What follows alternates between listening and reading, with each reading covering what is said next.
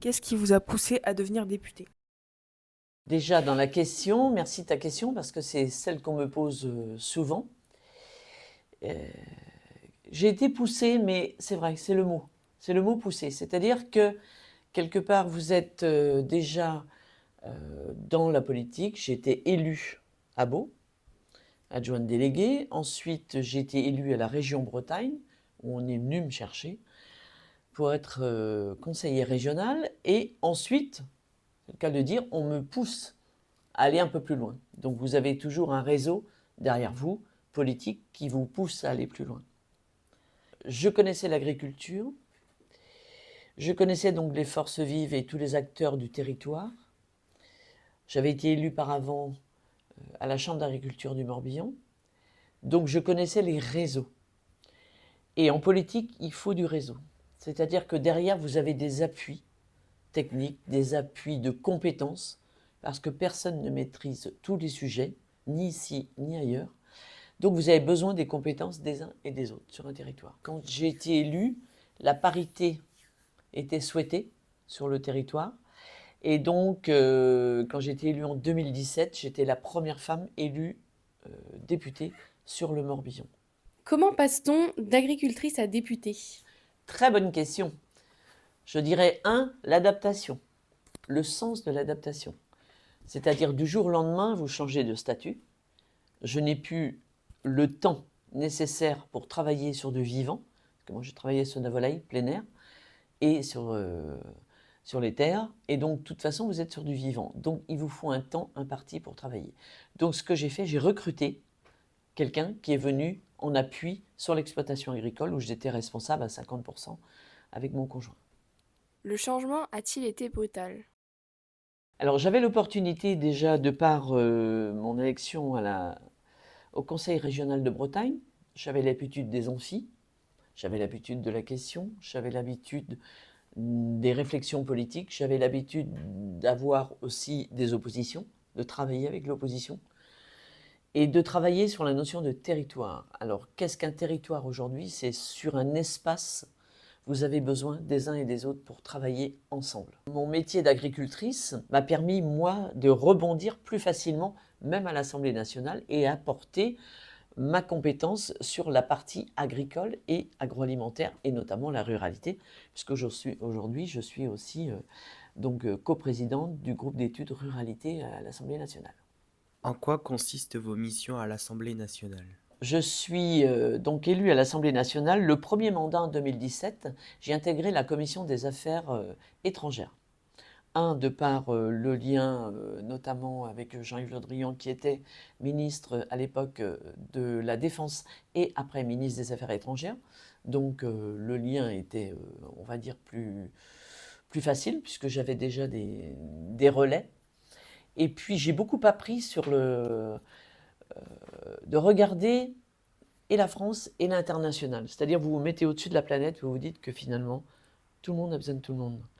Et je me retrouvais tout à fait, puisque ici, nous avons de belles pépites qui travaillent avec l'international, notamment sur mon territoire, sur mes 49 communes. J'ai beaucoup de sièges d'entreprises qui travaillent avec l'étranger.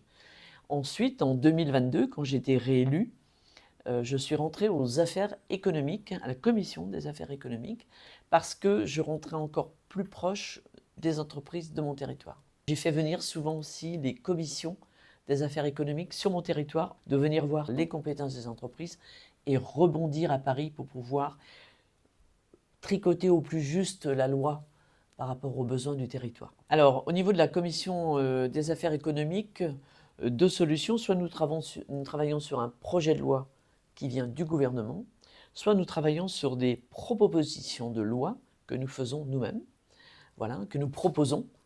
Et donc, nous devons auditionner les personnes sur l'ensemble du territoire français qui ont les compétences. Si c'est sur la transition énergétique, si c'est sur les troubles anormaux de voisinage, comme moi j'ai fait une loi qui porte mon nom désormais. Notre commission permet de travailler au plus juste des amendements pour pouvoir répondre aux besoins des citoyens des différents territoires de France. Sur un territoire, la circonscription numéro 3, il me faut connaître les besoins du nord comme du sud, donc 75 km du nord au sud avec 120 000 habitants. En quoi consistent vos missions en circonscription? Alors la circonscription pour moi, c'est le terroir, le terreau, la trame de mon travail. Si vous êtes venu en stage ici, justement, c'est parce que vous apprenez ici, sur le territoire, les besoins en France. Il y a des besoins différents sur le territoire numéro 3 du Morbihan, comme il y a des différences de besoins sur Nice, Antibes et Marseille, vous voyez, et les Hauts-de-France. Donc, le député est censé connaître son territoire, connaître les entreprises, connaître les services, les hommes et les femmes qui travaillent sur son territoire, c'est-à-dire la mobilité, les besoins en social, etc. C'est-à-dire la trame, l'image de son territoire. Je vais vous dire une réflexion qui m'a beaucoup plu. Une personne âgée qui me répond « Vous ressemblez à votre territoire ». Pour moi, c'est le plus beau cadeau, la plus belle image que j'ai reçue, la plus belle médaille, entre guillemets. Je ressemble à mon territoire. Et ça veut dire que quelque part, vous portez les attentes des citoyens. Vous n'allez pas tout régler vous-même. Et personne n'a la baguette magique. À quoi ressemble la semaine type d'une députée? Moi, ma semaine type, qui ne ressemble peut-être pas à d'autres semaines de députés, le lundi, je suis donc à la permanence ici avec mes 2 collaborateurs à plein temps et nous travaillons sur déjà tous les dossiers arrivés par mail, les demandes de nos concitoyens. Ensuite, nous gérons les agendas. Nous avons des visites d'entreprise, etc., etc.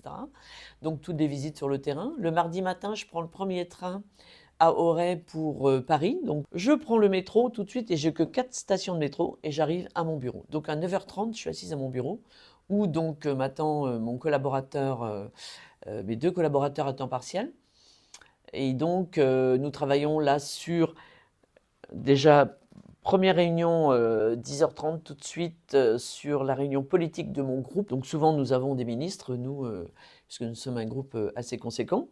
Donc nous avons les visites des ministres et nous travaillons sur les projets de loi qui arrivent et quelle est l'attitude et on va dire l'osmose politique entre nous que nous devons préserver. Ça c'est très important. Ensuite, à 15h, nous avons les questions au gouvernement pendant 2 heures. Ensuite, nous avons la commission des affaires économiques à laquelle je siège. Et chaque commission, les députés vont au travail. Alors la mienne, il se trouve qu'elle se situe au -2 du bâtiment, donc je suis enfermé. Mais la commission des affaires économiques travaille là sur le sujet. Ça peut être les énergies, ça peut être les rencontres avec toutes les auditions que nous avons. Ensuite, le soir, nous avons un texte de loi qui passe à l'hémicycle, donc qui termine à minuit. Donc nous devons voter oui, non, abstention pour les amendements qui ont été présentés pour ce texte de loi.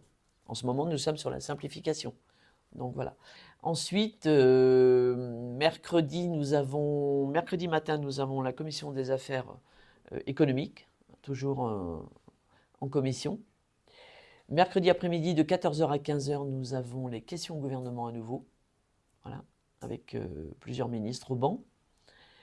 Et ensuite, soit des auditions, soit les groupes d'études.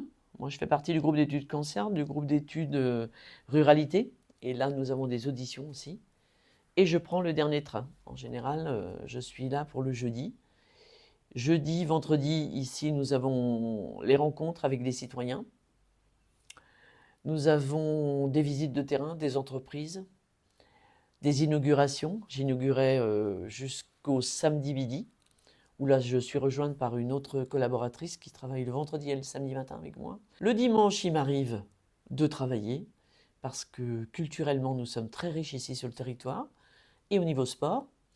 Et par exemple, le week-end dernier, nous avons le TIG, donc le tournoi international de Guerlédan, donc qui rassemble des sportifs du Mexique, de Richmond aux États-Unis, ou d'Italie, du Portugal, d'Espagne, et qui ont l'occasion, de rencontrer sous le joug du football, mais un autre pays, mais 2, surtout l'échange. qui est vraiment très important et précieux pour votre génération. L'échange avec d'autres pays, avec d'autres habitudes de partage. Et ça, c'est très, très important. Nous vous remercions pour cet échange. Un dernier mot pour conclure. Moi, je suis très heureuse de travailler avec des stagiaires pour 2 raisons. Petit 1, parce qu'ils habitent sur ma circonscription générale, et ils vont du niveau de 3e jusque l'horizon sciences politiques. Donc, vous voyez, c'est très ouvert. Parce que, 1, ils me bousculent aussi. Et 2, je suis très fière de transmettre le métier, parce que j'estime que c'est un métier, et de vous ouvrir au territoire et de vous ouvrir aux compétences. Et ensuite, les stagiaires qui sont en Sciences Po avec moi viennent à Paris et voient aussi la partie juridique, la partie légistique qui est importante aussi, donc qui peut vous ouvrir au métier de demain.